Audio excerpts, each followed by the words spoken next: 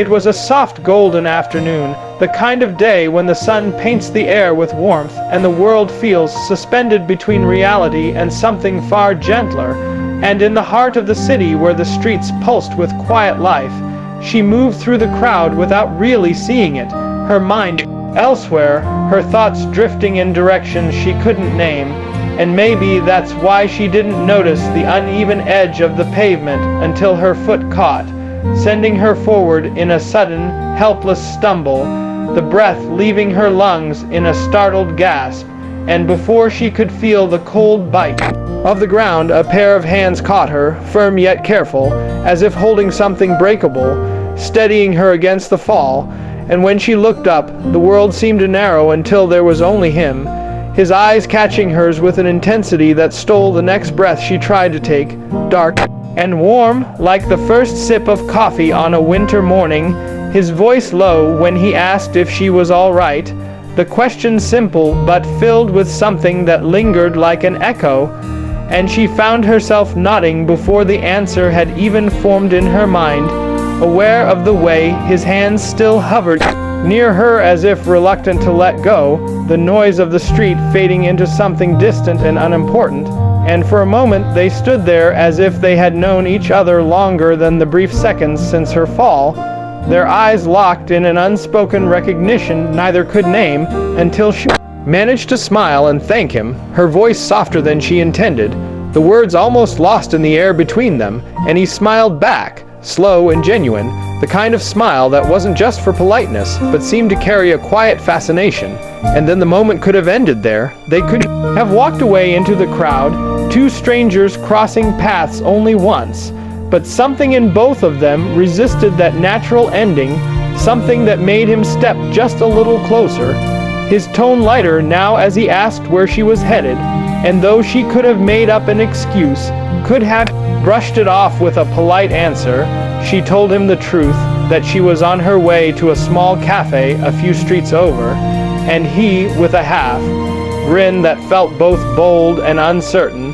said that he was actually heading in the same direction, though they both knew he probably wasn't, and so they walked together, side by side through the hum of the city, the conversation starting in careful, cautious steps before opening into something freer, something that made her laugh without meaning to, and every time she did, he glanced at her like he'd just heard the most beautiful sound, the minute stretching in a way that felt different, as if time itself had slowed just for them, and by the time they reached the cafe, the idea of parting felt absurd, so they sat together, ordering drinks they hardly touched because talking was more intoxicating, sharing small details of their lives as if weaving threads that already belonged in the same fabric, and though hours passed, it felt like no time at all, the sky outside shifting from gold to deep indigo,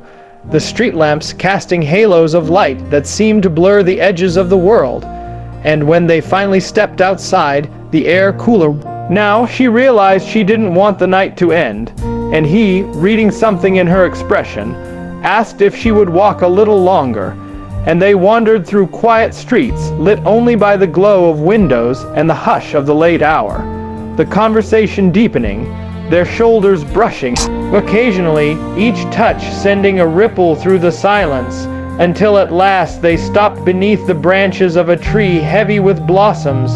the petals pale against the darkness, and it was there, in that fragile stillness, that he looked at her the way someone looks when they've found something they didn't even know they were searching for, and she felt the air between them shift.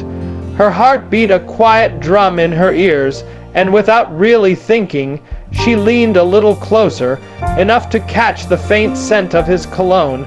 enough to feel the warmth radiating from him, and he didn't move away, didn't break the moment, just smiled in that slow way again, as if he knew the world had just tilted into something new. Something neither of them could walk away from, and from that night on, they didn't, because sometimes all it takes is a single moment, one accidental touch, for something beautiful to begin, and theirs had only just started. And if you've been here with us through every heartbeat of this story, I'd like to thank you for listening. This is Lunaria Whisper, And if you want to hear more stories like this, make sure to subscribe and follow for more.